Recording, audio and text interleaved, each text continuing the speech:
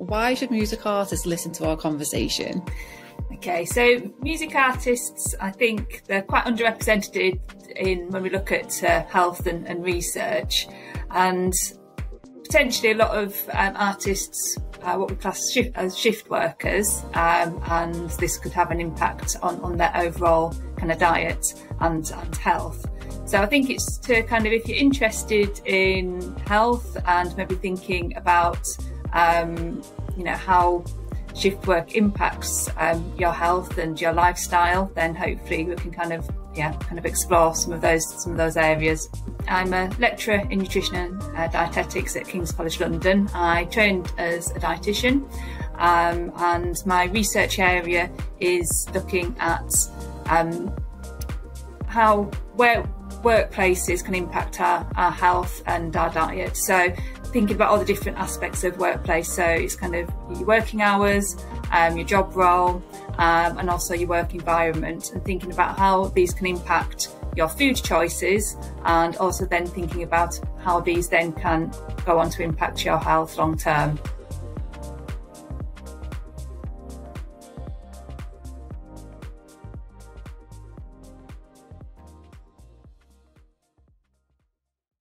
So I think a great place to start the conversation is to define a shift worker for everyone listening, so if they can see if they fit into that category. Okay, well, very helpfully, there's no agreed definition of what a shift worker is. So most research usually says outside 7 a.m. and 7 p.m. Is classed as a shift worker. But in the UK, there is a definition for night work, and that is working 3 or more hours between 11 p.m. and 6 a.m. So I think, and depending on your job role in the music industry, then probably likely to fit into that kind of night work category. Yeah, so safe to say that music artists do fit into that shift work category. Okay, great. And so I think it might be really useful to kind of highlight some of the music specific challenges that artists can experience as well. So I'm just going to go through a couple of them now. So obviously there needs to be awake at night and sleep in the day. So that's in conflict with the natural day and night cycle that our bodies are normally synced to. They can't always get a full night's sleep following a night shift either. So either due to work commitments the next day, they might need to travel, or partying, for example, that even when they do a night shift, they might not get a full night's sleep or rest the following day. And a lot of the time they're traveling as well. So they're not sleeping at home, they're away from friends and family, not in their own bed. So that might have an impact. And also thinking about live performances as well. So the adrenaline of coming off a live performance, and the need to wind down and reach a point where you're emotionally and physically at a restful point and to enough to sleep. And then the other one, again, is the fact that when our body detects light, it assumes that that's when our body's meant to be awake. So even though you might be sleep deprived from the night before, getting to sleep in the day is actually more difficult as well. And obviously there's alcohol consumption as well. Through the night shift, we can all have a drink and stuff. So there's quite a few different areas that are quite specific to the music industry as well. So research suggests that shift work impacts health behaviours. So can you tell us how that impacts our behaviours?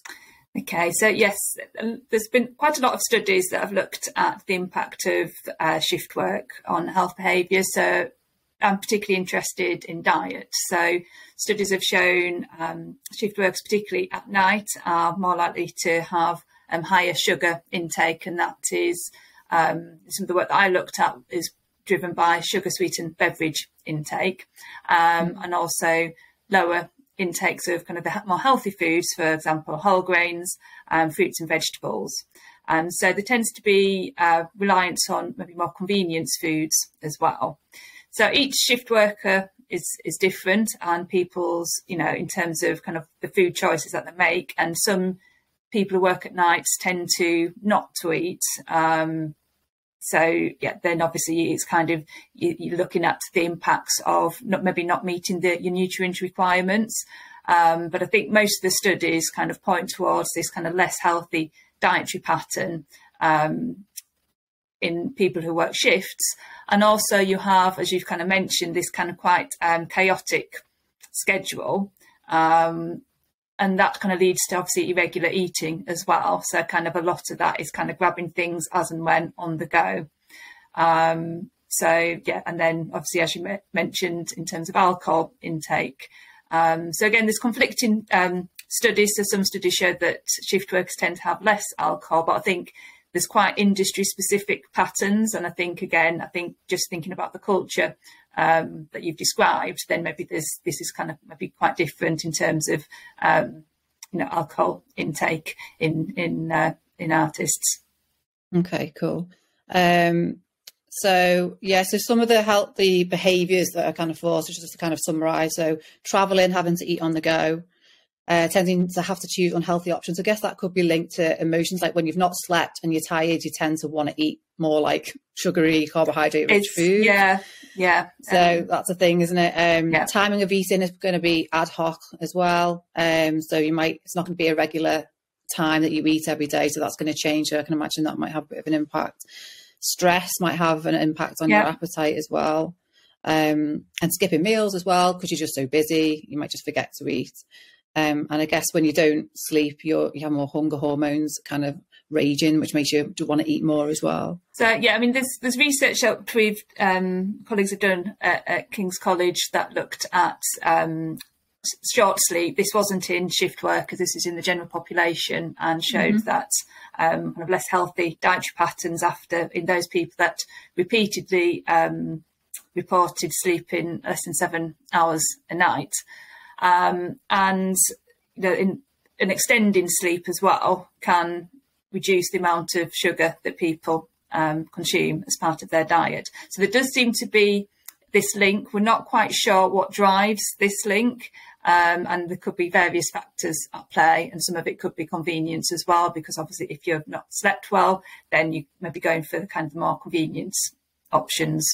But in shift workers, as you said, in terms of kind of the hunger hormones, there is small study that's shown that night workers tend to have higher levels of a hormone called ghrelin, which kind of can drive appetite, and that can be kind of a drive to make those kind of less healthy food choices.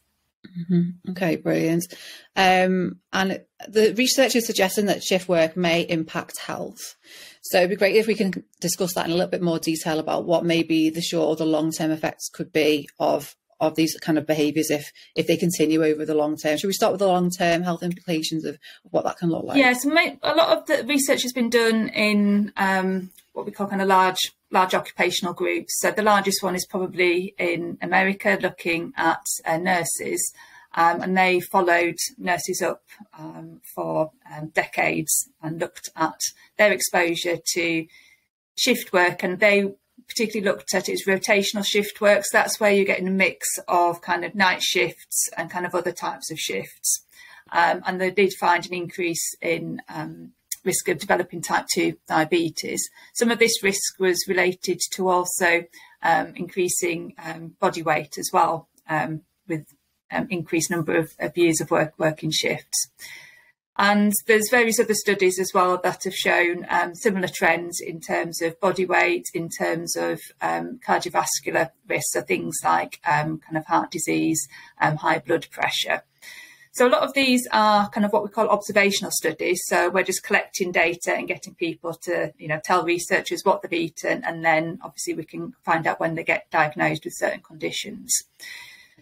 Because there's so many of these studies now, the Working Time Society issued a consensus statement a few years ago saying that there was strong evidence linking shift work and development of what we call cardio-metabolic diseases, so things like type 2 diabetes and high blood pressure. So a lot of these studies, as I said, there's no consensus definition of shift work, but most times it does include an element of night shift work, which I think is potentially, that could be what could be potentially more detrimental, or that switching as well. And again, that's something that you described in kind of the music industry, and that kind of switching schedule. So it's not a regular permanent night shift. It kind of flits between different types of shift. So yeah, so the long term, there seems to be some associations with poorer health outcomes. And it's really hard to say that this is all, how much is actually the work in the shift and how much is actually what we call health behaviours, because we know things like type 2 diabetes cardiovascular disease is linked to, having less physical activity, poorer quality diets, and, so it's kind of the whole package is kind of how they work together. So that's what's still trying to be kind of unravelled, is how much is actually down to that actually working at night compared to the other factors. Okay, brilliant. And just for people who might not know, could you just give us a little bit more understanding about what type 2 diabetes is and cardiovascular disease, and what that could result in as well if it's left unchecked? Yeah, so type 2 diabetes, so obviously when we eat carbohydrates, our body breaks it down to sugars. And in most people, obviously, your blood glucose will increase after you've had some carbohydrates. It increases at different rates depending on what kind of carbohydrates you've had. So these are kind of things kind of like bread, in pasta, or kind of sugars. And when we develop type 2 diabetes, it changes the way that we kind of handle the blood glucose. So once we've absorbed what we've eaten, usually we have the mechanisms there to kind of bring the blood glucose down by through our bodies producing insulin. And in type 2 diabetes, there's some things that change in terms of the way insulin works. So we're not clearing the blood out of our the glucose out of our blood as efficiently as we should do. So left unchecked for a long time, so it's having kind of long-term exposure to high blood sugars, then this can cause problems. So it can cause kind of like high blood pressure. It can lead to kind of cardiovascular complications as well, and what we call microvascular as well, so kind of local in kind of in feet as well. So this is obviously where people get problems, foot problems, and you can get problems with eyesight as well. But obviously that's kind of if it goes unchecked for many years. Mm-hmm. Okay, and so the contributing factor that could cause that over time would be choosing unhealthy food options. It is. It's in this. So there's various what we call kind of risk factors. So one of them is age, and unfortunately, there's not much we can do about that. But it's kind of that kind of healthy lifestyle. So maintaining a healthy body weight, healthy, balanced diet, and also physical activity as well. So it's kind of it's a package to kind of managing. It's managing what we can manage, because some things like our genetics and our age is obviously going to be, it's not possible to change. Yeah. Okay. And also, can you just touch on the cardio-metabolic health as well? Yeah, so things like heart attacks and strokes. So these are kind of classed under the umbrella term of cardiovascular diseases. And then, thinking, before those events occur, it's most people have probably heard of kind of high blood pressure or raised blood cholesterol. So again, the risk factor, age is really important, because obviously the risk increases with age, but also again it comes back to maintaining a healthy body weight and keeping a check on your diet as well. So a balanced diet, so rich in fruit and vegetables and whole grains, less saturated fat. Looking at salt intake as well. So it is really just kind of looking at the overall kind of your overall diet and managing that risk, because again it's very similar. It's kind of when things are left unchecked and things in our body don't respond as they should. So normally we have all the mechanisms we need to kind of keep the fats in our blood in check, but obviously when kind of things change, and that's where you kind of get high levels in that are maintained in the blood. Okay, so again, just to kind of summarise, so our daily actions in the here and now can impact if we make maybe not so best food choices now, even when we're young, over the long term, that can give us problems later on. Yes, it is cumulative. So, having an unhealthy lifestyle, but then obviously changing, there's benefits to changing. So it should never be kind of like, okay, well, I've had smoked, I've drank, and, that's set. And I think it is, you can, these are what we call modifiable risk factors. So we can change them. So switching to kind of making, more healthy choices will impact our future risk of developing these conditions. Yeah. And I guess also in terms of the shift work, there are, obviously correct me if I'm wrong, but there are kind of suggestions that when you have a poor night's sleep the night before, you'll have a higher glucose response to the same foods the next day compared to when you've had a good night's sleep. Is that correct? So shift work may impact, your response in that way. There's some studies that have been done in laboratories where they basically lock people up and keeping them awake at night and feed them food. So we can see that our bodies do respond differently to when we eat at night compared to having that same meal during the day. But at the moment, we don't know how much that contributes long term. So these are healthy people that these experiments have been conducted in, and that they've got the mechanisms, as I said before, to kind of then, clear the blood glucose, so they're not developing type 2 diabetes from kind of a short study period. But it's what we don't know is this, how much, that continuous, of eating at night, how much does that contribute? But also we've got to think as well about maybe the food choices that are made at night are probably going to make, that could kind of make that worse as well if we're choosing kind of higher sugar food to eat at night. But again, the research isn't there yet to show kind of how much that is contributing, not long term. Okay. And what can because obviously there's going to be lots of people who are young listening to this thinking, oh, that's way off in the future. I need to worry about that right now. So obviously there's effects of what we eat on how we feel day to day as well. So could you just kind of explain how, choosing maybe not the healthiest foods can impact how we feel maybe emotionally and physically? Yeah, so from speaking to shift workers, and I think you're quite right, it's kind of in terms of young shift workers and maybe not thinking about long term. And some people think, well, I'm probably not going to be working shifts for that long.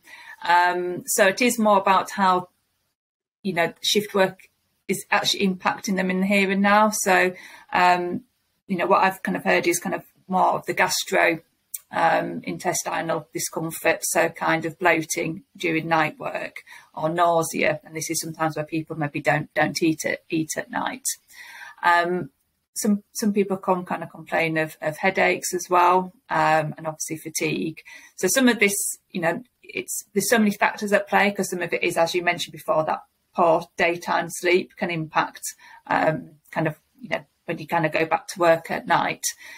So there's those kind of physical impacts. And in terms of kind of mood and health, so this is quite a new area of research, and this is, just in general populations, thinking about kind of the foods and the types of foods we eat and how that impacts our mood, and also kind of some psychological measures.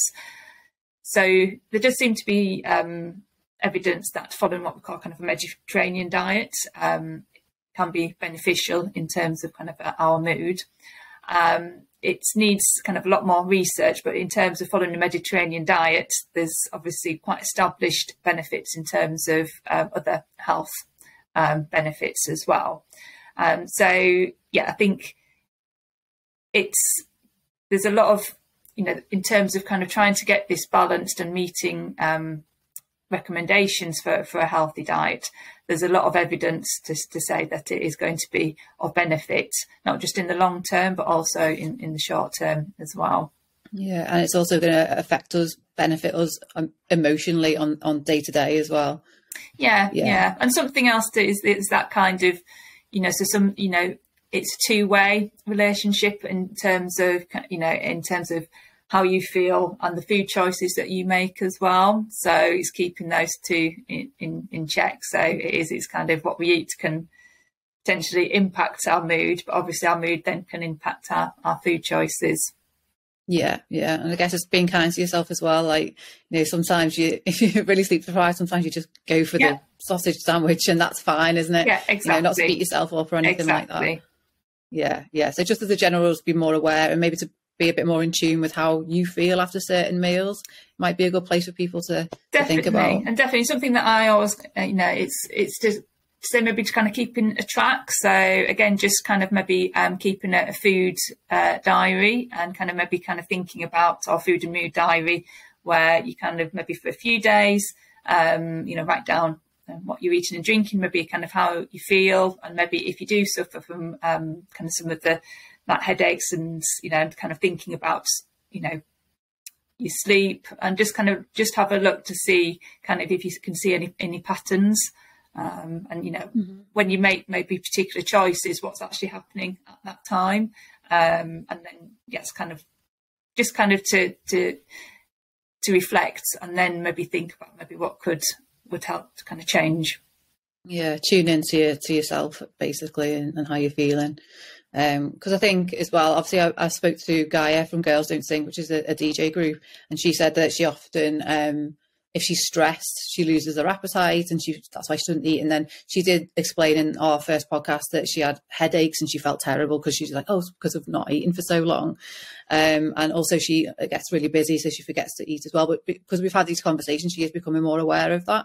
So I think, again, just raising that awareness and letting people just be aware of what's going on, and when you notice that you've not eaten and why that might be, and to check in, and like you say, keep notes and stuff. Definitely. Yeah. And it wowould, it is that kind of, if it is kind of skipping a lot of meals, and obviously that's kind of going to impact your health, as well as eating the wrong kind of food. So it is kind of thinking about kind of that stress management and that kind of holistic approach, because that could be kind of quite a barrier to kind of making healthier food choices.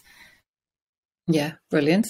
Okay, I think that's all for this chat. So this is the first part of a 3-part chat that we're going to have all around diet and shift work. So the second part, we're going to be discussing the benefits of taking action now, and why that could be beneficial to do it now and not wait till a later time in your life to kind of take action around your diet. And also, why preventative is preferred over treatments, I would say.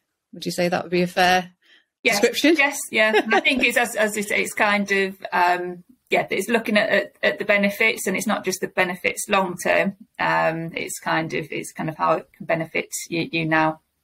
All right, brilliant. Well, thank you so much, Rachel, and we'll be speaking to you soon.